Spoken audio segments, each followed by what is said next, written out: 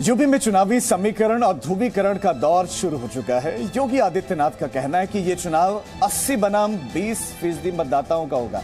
आखिर क्या है 80 बनाम ये 20%? इस रिपोर्ट में देखें।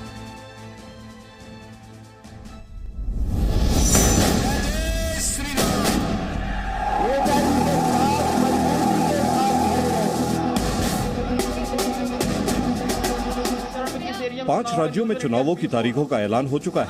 7 चरण में यूपी में चुनाव होगा। यूपी में पहले चरण का मतदान 10 फरवरी को होगा। फिलहाल फिजिकल चुनाव प्रचार पर रोक है, तो नेता बयानों के जरिए अब मतदाताओं को गोल बंद करने में जुटे हैं। वो झूठ बोल रहे हैं। यूपी में करीब 20% मुस्लिम मतदाता हैं और बीजेपी को लगता है कि वो वोट नहीं देंगे तो भी कोई दिक्कत नहीं है। ये चुनाव 80 बनाम 20 का होगा। 80% समर्थन एक तरफ होगा, 20% दूसरी तरफ होगा और मुझे लगता है 80% सकारात्मक ऊर्जा के साथ आगे बढ़ेंगे। 20% हमेशा विरोध किए हैं, विरोध करेंगे, लेकिन सत्ता बीजेपी की आएगी। योगी आदित्यनाथ के बयान पर विपक्ष ने निशाना साधा है। योगी जी जो कह रहे हैं 20 और 80 की लड़ाई, उनका गणित अभी थोड़ा गड़बड़ है। लड़ाई 15 और 85 की है। जब समाजवादी और अंबेडकरवादी मिल गए तो हो गए 85 और 15 में भी हम लेंगे वोट।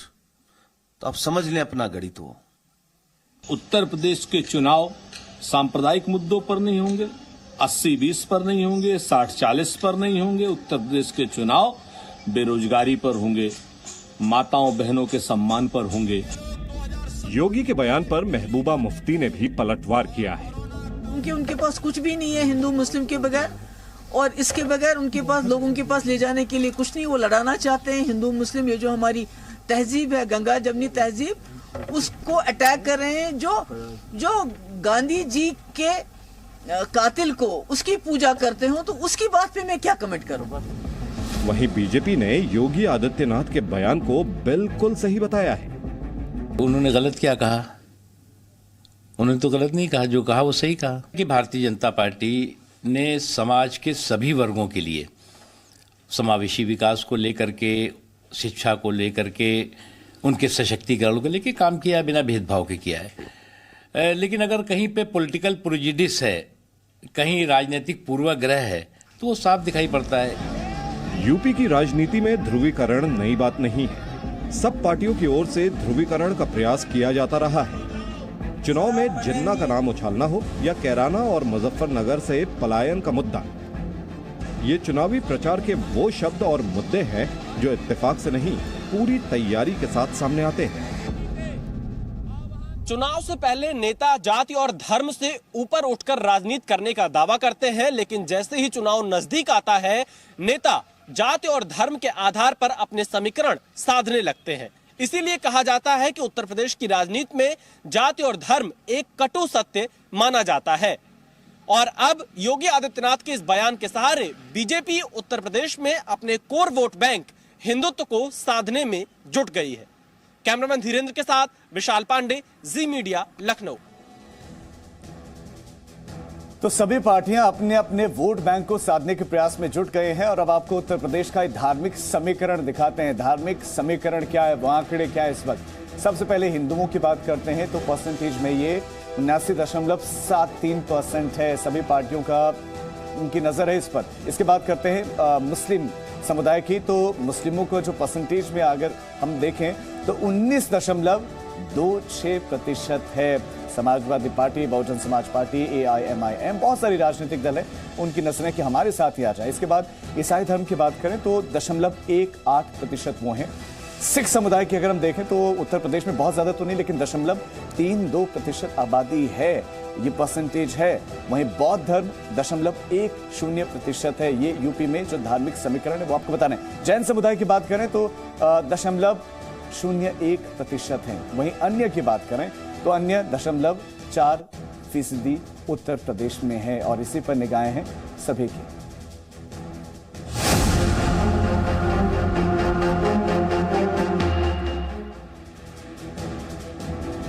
अगर यूपी में योगी आदित्यनाथ 80 बनाम 20% मतदाताओं की बात कर रहे हैं तो अखिलेश यादव MB का नया समीकरण बनाने में जुटे हैं।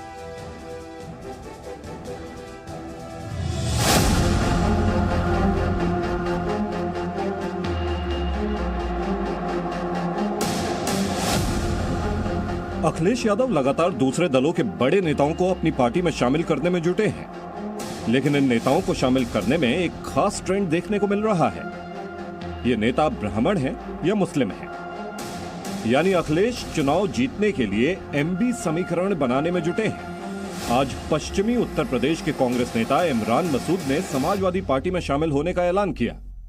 और मेरे साथियों ने इस बात के लिए मुझे इजाजत दे दी है कि हम लोग जाकर के अखिलेश जी से मिलकर के समाजवादी पार्टी में शामिल होंगे। हालांकि इमरान मसूद के समाजवादी पार्टी में जाने के ऐलान पर बीजेपी बेफिक्र है।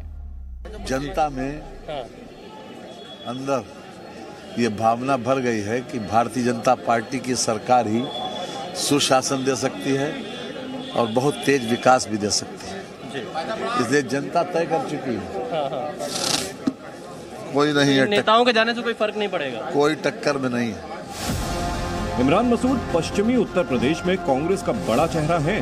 वे 2007 में यूपी की मुजफ्फराबाद सीट से विधानसभा चुनाव लड़ चुके हैं और यहां से निर्दलीय विधायक चुने गए थे। वे 2014 और 2019 में लोकसभा चुनाव लड़े, लेकिन हार का सामना करना पड़ा। आज बदायूं जिले की बिलसी सीट से बीजेपी विधायक RK शर्मा भी समाजवादी पार्टी में शामिल हो गए।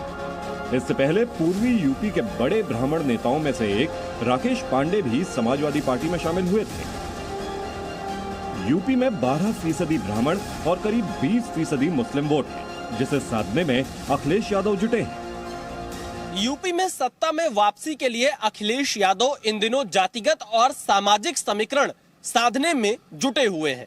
अखिलेश यादव जहां पश्चिमी उत्तर प्रदेश में मुस्लिम, जाट और ब्राह्मण समीकरण को एक करने में जुटे हैं, तो वहीं पूर्वी उत्तर प्रदेश में पिछड़े मतदाताओं के साथ ब्राह्मण प्लस दलित के गठजोड़ को भी आगे लाने में जुटे हुए हैं। लेकिन देखना यह होगा कि क्या अखिलेश यादव का यह प्रयोग 2022 के चुनाव में सफल हो पाएगा। कैमरामैन धीरेन्द्र के साथ विशाल पांडे, जी मीडिया, लखनऊ। तो अखिलेश यादव की नजर है MB फॉर्मूले पर। आखिर ये MB फॉर्मूला क्या है, आपको समझाते हैं कि ये MB फॉर्मूला है क्या। दरअसल M यानी कि मुस्लिम और B यानी कि ब्राह्मण, तो ये MB फॉर्मूला है। और जरा आंकड़ों पर अगर आप नजर डालेंगे तो क्यों जरूरी है, क्यों इस पर निगाहें, वो देखिए ब्राह्मण जो वोटर्स हैं उनकी तक संख्या है तकरीबन 12% उत्तर प्रदेश में। और अगर वही मुस्लिम के साथ जुड़ जाते हैं, M+B हो जाता है यानी कि मुस्लिम के साथ 19.26% के साथ, तो ये आंकड़ा कहां पहुंच जाता है 31.26। वहीं जो इंटरेस्टिंग फिगर वो ये है, ब्राह्मण 12% प्लस मुस्लिम 19.26%। और अगर अखिलेश यादव की बात करें और पूर्व के चुनावों को देखें, हम विधानसभा चुनाव के नतीजों को देखें, ये एक्सपर्ट्स जो मानते हैं, आंकड़ों की तरफ देखें, तो ये जो यादव 10% यादव है वो माना जाता है कि अखिलेश यादव के साथ जाता है और आंकड़ों में भी ये नजर आए। और ये आंकड़ा 41.26 पहुंच जाता है, 40 से ऊपर पहुंच जाता है। यही वजह है कि अखिलेश यादव इस समीकरण को फिट करने में बैठे हैं कि कैसे ब्राह्मण उनके साथ आ जाएं, मुस्लिम उनके साथ आ जाएं और यादव तो उनके साथ हैं ही, वो ये मानकर चलते हैं। और अब ब्राह्मण वोटर का जो ब्राह्मण वोटर है उनका नंबर गेम समझाते हैं कि उत्तर प्रदेश में 12% आबादी है, 12% ब्राह्मण वोटर हैं और 11 जिले उत्तर प्रदेश के ऐसे, इसमें ज्यादातर जो पूर्वांचल के हिस्से हैं, 11 जिले ऐसे जहां पर 15% से ज्यादा आबादी है ब्राह्मण वोटर की। और 60 विधानसभाओं में ये निर्णायक असर डालते हैं। यही वजह कि इन पर निगाहें।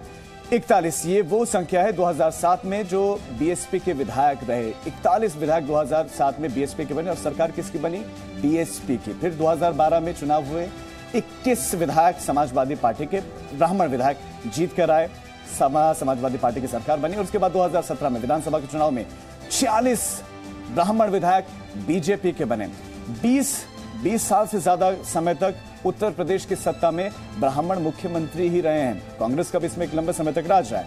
6 ब्राह्मण मुख्यमंत्री उत्तर प्रदेश में अब तक रह चुके हैं। और यही वजह है कि ब्राह्मण क्यों जरूरी है, क्यों अखिलेश यादव या दूसरे राजनीतिक दल ब्राह्मणों को अपने साथ लाने में जुटे हुए, इसी फॉर्मूले की वजह से।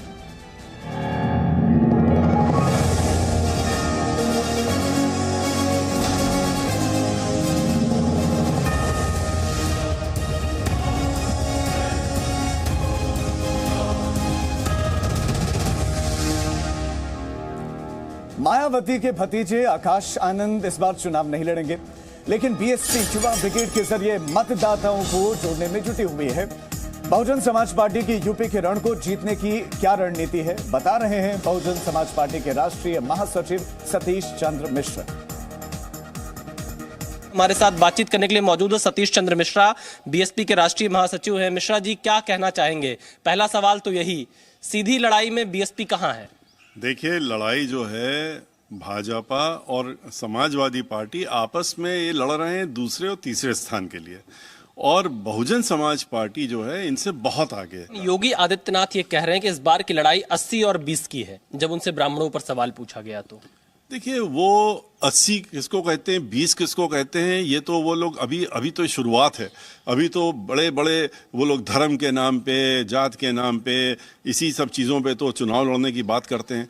और लेकिन अब की बार उत्तर प्रदेश की जो जनता है वो अच्छी तरह से इन लोगों को पहचान चुकी है, और कितना भी उन्माद फैलाने की कोशिश कर लें, कितना भी ये इस तरह की बातें करके दंगे फसाद ये वो कराने की कोशिश कर लें, लोगों को भिड़ाने की कोशिश कर लें, जहर खोलने की कोशिश कर लें सोसाइटी में, लेकिन अब की बार लोग इतना इनसे परेशान हो चुके हैं और इनकी सरकार से परेशान हो चुके हैं। जहां किसानों को कुचल के मार दिया जाता है, जहां हर 2 घंटे महिलाओं के साथ में बलात्कार हो रहा हो, जहां बेरोजगारी का आलम ये हो कि 2 करोड़ नौकरी देने की बात की, आपने सारी नौकरियां लेने का काम कर दिया, लोग प्रोटेस्ट करते हैं तो उनको लाठियां मिलती हैं।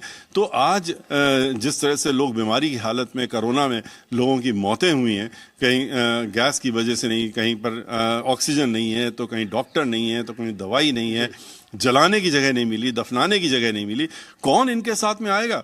इनके साथ में ये 80 और 20 का मतलब इनका ये कि ये मान के चल रहे हैं कि अब इनके पास 20 बचा है। सतीश चंद्र मिश्रा जी, आपने एक फोटो शेयर की थी आकाश आनंद की और कपिल मिश्रा की, जो आपके बेटे हैं, युवा शक्ति के नाम से। तो इन युवा शक्तियों का क्या प्रयोग है इस चुनाव में? क्या ये दोनों भी कोई चुनाव लड़ सकते हैं या सिर्फ कैंपेनिंग के लिए है, चेहरे के लिए? देखिए, ये लोग कोई चुनाव नहीं लड़ रहे हैं, ना आकाश आनंद जी लड़ रहे हैं, ना कपिल मिश्रा लड़ रहे हैं, ना हमारी पत्नी कल्पना मिश्रा लड़ रही हैं। ये सब लोग खाली चुनाव के प्रचार में, ये लोग नौजवानों को, कल्पना मिश्रा महिलाओं को लेकर के कई अपनी सभाएं कर चुके हैं पूरे उत्तर प्रदेश में। आकाश आनंद जी बाहर कर चुके हैं, उत्तराखंड में भी, पंजाब में भी और जगह। और ये लोग युवा को जोड़ने का काम कर रहे हैं, वो महिलाओं को जोड़ने का। लेकिन ये लोग ना, जहाँ तक कपिल मिश्रा और या कल्पना मिश्रा, ना ये लोग पार्टी के कोई इन्होंने पद लिया है, ना कोई लेने जा रहे हैं, ना कोई चुनाव लड़ने जा रहे हैं। ये लोग सिर्फ और सिर्फ अब की बार बहन मायावती जी को उत्तर प्रदेश का 5वीं बार मुख्यमंत्री बनाने का संकल्प लेकर के चलना है। एक अंतिम सवाल सतीश चंद्र मिश्रा जी, चुनाव से पहले या चुनाव के बाद किसी प्रकार के गठबंधन की गुंजाइश किसी पार्टी से है? बीएसपी की कोई प्लानिंग है या नहीं? सवाल ही नहीं उठता। ना हमने गठबंधन कौन करता है? गठबंधन वो करता है जो कमजोर होता है, जिसको बैसाखी की जरूरत है। आपने देखा समाजवादी पार्टी कमजोर है, वो कहीं इधर से ले लो, कहीं उधर से ले लो, कहीं इससे गठबंधन कर लो, कहीं उससे कर लो, बैसाखियां ढूंढ रहे हैं। यही भारतीय जनता पार्टी कर रही है।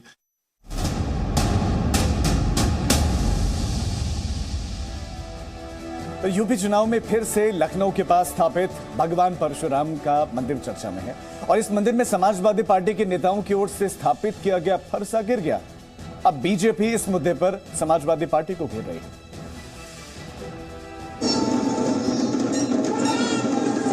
अखिलेश यादव ने ब्राह्मण मतदाताओं को लुभाने के लिए लखनऊ में परशुराम मंदिर बनवाकर पूरे धूमधाम से 2 जनवरी को पूजा की।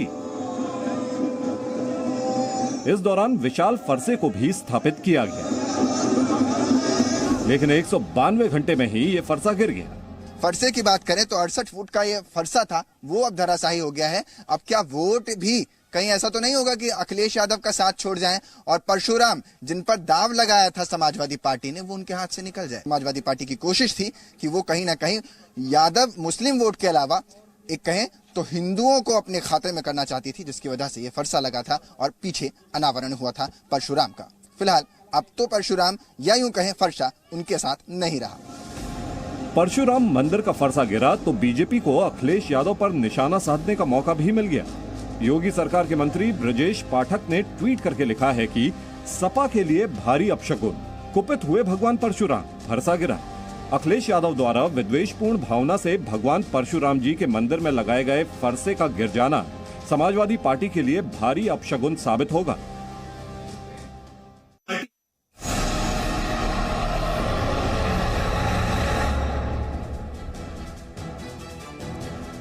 सुरक्षा का चुनावी चक्रव्यूह, प्रधानमंत्री नरेंद्र मोदी की सुरक्षा में बड़ी चूक हुई। मामला सुप्रीम कोर्ट तक भी पहुंचा और आपको पता है कि उसके बाद से कोई फोन कॉल्स भी आए हैं। और ये फोन कॉल्स किसको आए?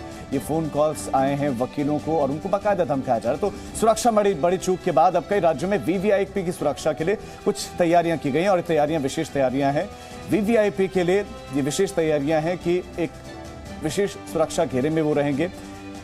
चुनावी राज्यों में अब तैनाती होगी। एडवांस सिक्योरिटी जो टीम है उसकी यहां पर तैनाती होने वाली है। ये है एडवांस सिक्योरिटी लाइसेंस, ये जो टीम है इसकी तैनाती होगी। और वीवीआईपी के दौरे से पहले एएसएल की विशेष सुरक्षा जांच होगी। प्रधानमंत्री के साथ जो हुआ वो अब ना हो वीवीआईपी के साथ, इसलिए निर्णय लिया गया कि सुरक्षा में एनएसजी कमांडोज, सीआईएसएफ की टीम होगी, सीआरपीएफ के जवान तैनात रहेंगे जो सुरक्षा में हर पल वहां पर मौजूद रहेंगे। प्रधानमंत्री नरेंद्र मोदी के साथ क्या हुआ? तकरीबन 20 मिनट फ्लाईओवर पर वो खड़े रहे। उसके बाद ये चुनावी चक्रव्यूह है सुरक्षा का। अब अर्धसैनिक बल एक कंट्रोल रूम बनाया जाएगा। अर्धसैनिक बलों का एक कंट्रोल रूम होगा जहां से हर एक चीज पर नजर होगी। जैसे ही वीवीआईपी मूवमेंट होगी, वीवीआईपी मूवमेंट पर नजर होगी। अब कहां पर बनेगा? चंडीगढ़ में, जालंधर में, लुधियाना में, इंफाल में, लखनऊ में और कानपुर में ये कंट्रोल रूम बनेगा। यहां पर जो भी गतिविधियां होंगी वीवीआईपी की और इनकी नजर होगी। Presenting B News app, available on Google Play and App Store. Download it now.